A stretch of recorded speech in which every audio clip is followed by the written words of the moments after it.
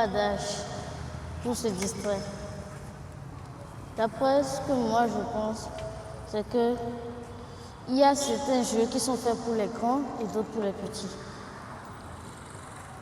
C'est instructif. L'année passée, il avait pris les mots et puis il a aimé. Cette année, il a choisi les chiffres. Donc, je ne fais que soutenir son choix. On va découvrir ensemble. Et puis, c'est un jeu de société presque 3. Donc, on peut le faire tous ensemble avec ses sœurs et lui aussi. Donc, ça va.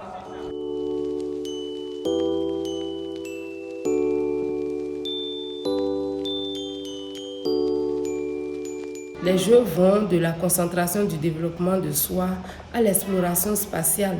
On peut aller jusqu'à acheter des vélos à l'enfant, des petites voitures pour chercher la manipulation, parce que l'enfant manipule un objet et se retrouve dans un autre espace. Donc les jeux varient selon ce que vous voulez travailler avec votre enfant. Un enfant qui ne reste pas trop tranquille, on peut lui acheter des jeux de concentration. Et dans les jeux de concentration, on a plus les jeux de construction.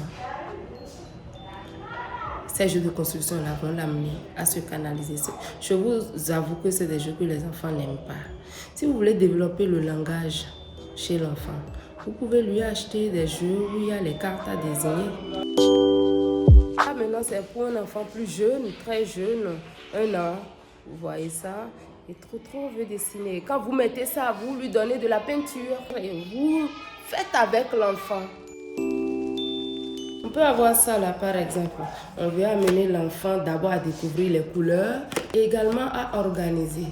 Donc l'enfant, il fait comme ça, on lui demande de ranger, il fait comme ça. Et peut-être il met celui-ci et ça ne va pas en bas, vous voyez.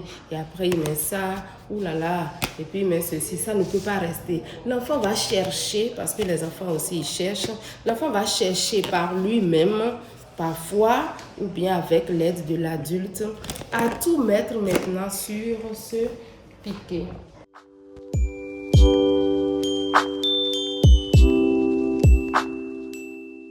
Il n'est pas rare de rencontrer des enfants qui n'arrivent même pas à utiliser leurs mains. Leurs mains, ne serait-ce même que pour manger, pour prendre un biscuit et mettre dans leur bouche, ils n'arrivent pas. Ils ne savent pas utiliser la force dans le bras. Par exemple, ce jeu-là, ça peut amener l'enfant à exercer une pression. Et là, quand l'enfant tourne, il va voir que ça fait du bruit. À celle, tu tapes le jaune. Merveille, tu tapes le rouge. Et ainsi de suite. Donc, ce sont les touches là. On appuie sur les touches. Mais il y a un bruit qui est émis. Il est utile et primordial que les adultes jouent beaucoup avec les enfants parce qu'il n'est pas rare de voir les parents acheter de très bons jouets à leur enfant, mais l'enfant n'arrive pas à l'utiliser parce qu'il ne sait même pas comment le découvrir.